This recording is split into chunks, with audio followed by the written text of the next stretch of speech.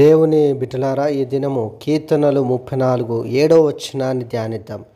యెహోవాయందు భయభక్తులు గల వారి చుట్టూ ఆయన దూత కావలి ఉండి వారిని రక్షించును. దేవునికి మహిమ కలుగును గాక.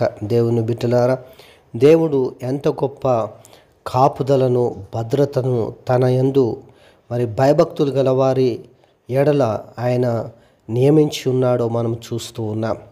ఎంత గొప్ప ప్రేమ తన బిడ్డల పట్ల చూపుతూ ఉన్నాడు.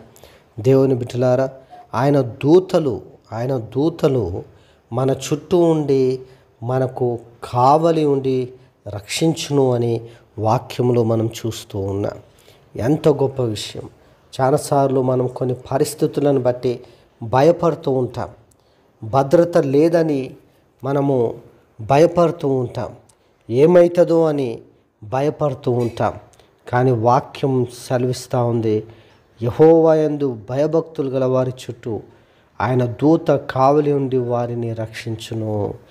దేవునికి మహిమ కలుగును గాక.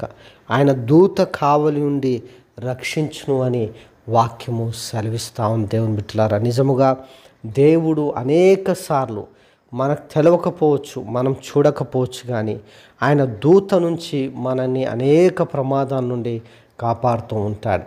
ఒకవేళ ఆయన కాపాడకపోతే దేవుని బిడ్డలారా, కాపాడు వారి యొక్క ప్రయాసం వ్యర్థము అని వాక్యం సెలవిస్తూ ఉంది. కాబట్టి దేవుని కాపుదల ఎంతో గొప్పది. ఎవరికి లేని కాపుదల, ఒక ముఖ్యమంత్రికి, ఒక ప్రధానమంత్రికి లేని కాపుదల దేవుడు నీకు ఇస్తూ ఉన్నాడు.